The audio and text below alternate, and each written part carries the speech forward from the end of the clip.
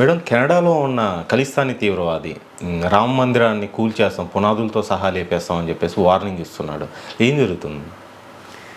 ఖలిస్తానీ తీవ్రవాదులు ఈ కెనడాలో ఉన్న బ్రాంప్టన్ సిటీ నుంచి ఒక వీడియో రిలీజ్ చేశారు. అతని పేరు సుఖ్వీందర్ సింగ్ పన్ను అని.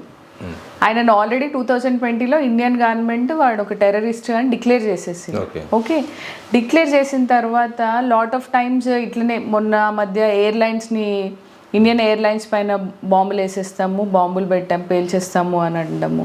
అక్కడ కెనడాలో ఉన్న హిందూ టెంపుల్స్కి వెళ్ళిన హిందూస్ పైన 2 సార్లు దాడులు జరగడం. మొన్న బ్రాంప్టన్లో కూడా అక్కడ పోలీసే ఖలిస్తానీ తీవ్రవాది వేషంలో విపరీతంగా హిందువులు, ఆడవాళ్ళు, చిన్నపిల్లలు అని చూడకుండా కొట్టడం జరిగింది. దాన్ని కూడా ప్రభుత్వం కంప్లీట్గా సపోర్ట్ చేస్తున్నట్టుంది వీళ్ళకి. దాన్ని కూడా పెద్దగా ఖండించినట్టు కెనడా ప్రభుత్వం ఏమీ మనకు కనిపించలేదు. ఓకే, ఎందుకంటే కెనడా ప్రభుత్వం నడుస్తుందే ఈ ఖలిస్తానీ తీవ్రవాదులు ఇచ్చే ఫండ్స్ పైన. ఓకే, అది క్లియర్, అది ఎవ్రీవన్, అది ఏమంటారు, ఓపెన్ సీక్రెట్ లాగా ఉంది.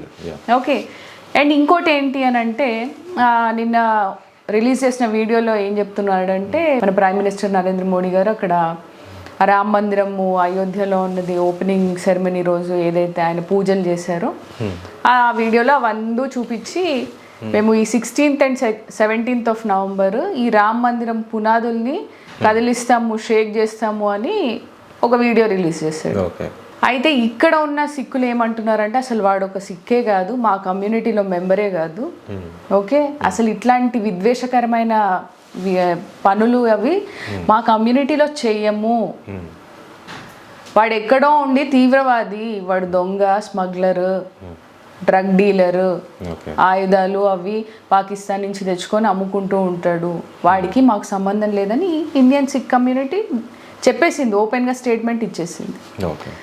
ఓకే, అయితే ఎంతవరకు ఈయన దాంట్లో సక్సెస్ఫుల్ అవుతాడు అని అంటే ఆ లోపే ఈయనని ఏమైనా చంపేస్తారా తెలీదు మనకి. ఎందుకంటే ప్రీవియస్గా వీళ్ళు ఇలా చెప్పడము సీరియస్గానే తీసుకున్నారు, చెప్పడము ఆ ఖలిస్తానీ తీవ్రవాదుల్ని మన రా ఏజెంట్స్ అయి ఉండొచ్చు, ఎవరు చంపారో మనకు తెలియదు ఇప్పుడు వరకు.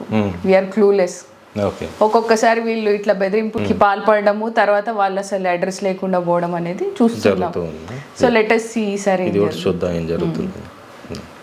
Thank you.